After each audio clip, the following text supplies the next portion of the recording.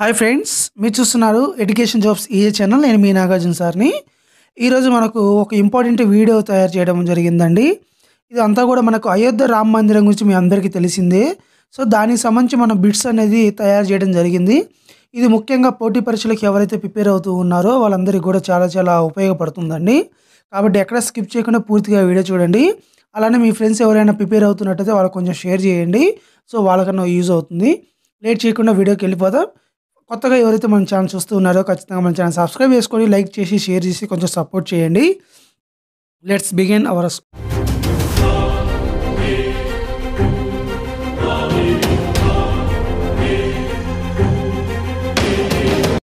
Video.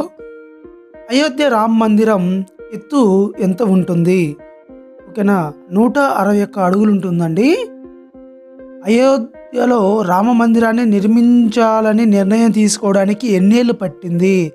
492 సంవత్సరాలు పట్టిందండి. అంటే అసలు నిర్ణయం తీసుకోవడానికి. అయోధ్యకు అంతకుముందు ఏమని పేరు ఉండేది?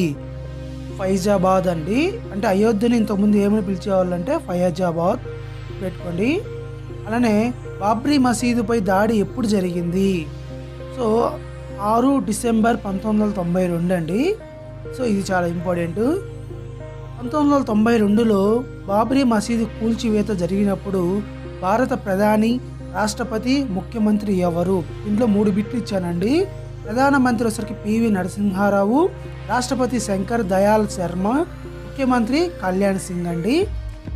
దీంట్లో 3 బిట్స్ ఉన్నాయి, జాగ్రత్తగా నేర్చుకోండి. నెక్స్ట్, అయోధ్య వివాద తీర్పులో మసీదు నిర్మాణానికి ఎన్ని ఎకరాల భూమి ఇచ్చారు? 5 ఎకరాల భూమి కేటాయించడం జరిగింది. బాబ్రీ మసీదు ఎప్పుడు నిర్మించారు? 1528లో నిర్మించారండి. అయోధ్య రామ మందిరం యొక్క ప్రధాన గోపురం ఎత్తు ఎంత? 141 అడుగులండి. అంటే గోపురం యొక్క ఎత్తు ఎంత అంటే 141 అడుగులు. అయోధ్య స్థలంలో గతంలో ఆలయాన్ని ఏ రాజు నిర్మించాడని నమ్ముతున్నారు అంటే రాజా దశరథుడు అండి.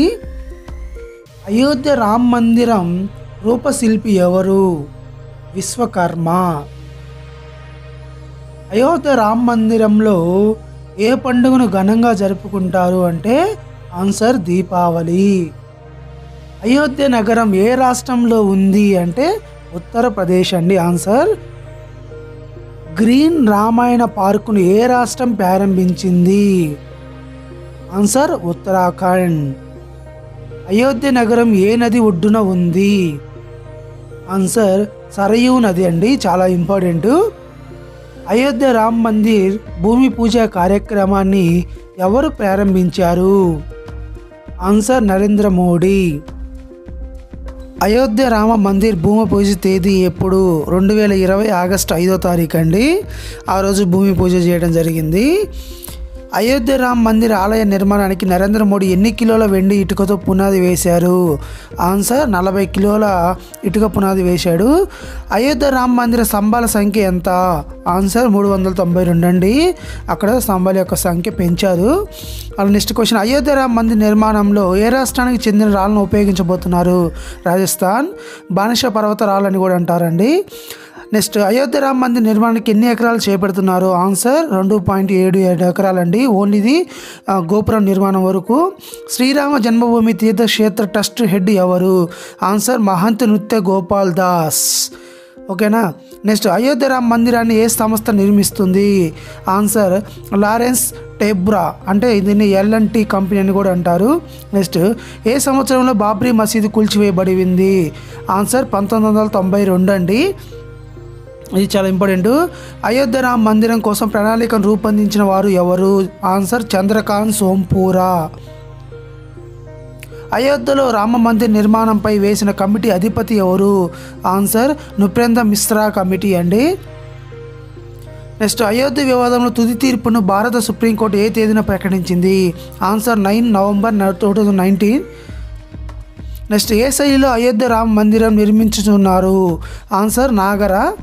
ఆ శైలిలో నిర్మిస్తున్నారండి. అయోధ్య రామాలయం ప్రాంగణంలో నరేంద్ర మోడీ ఏ మొక్కను నాటారు? ఆన్సర్ పారిజాతం అండి. అయోధ్య వివాదంపై 2019 సుప్రీంకోర్టు తీర్పులో ఎంతమంది సభ్యులు ఉన్నారు? ఆన్సర్ 5 మంది అండి. అయోధ్య కేసులో 5 మంది సభ్యులు సుప్రీంకోర్టు బెంచ్కి ఎవరు నాయకత్వం వహించారు? ఆన్సర్ రంజాన్ గోగాయ్ అండి. మిగతా వాళ్ళు డివైన్ చంద్రచూడ్. భారతదేశంలో అతిపెద్ద ఆలయం ఏది?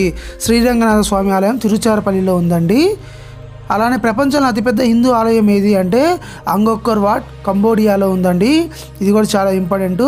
ఇలాంటి మరి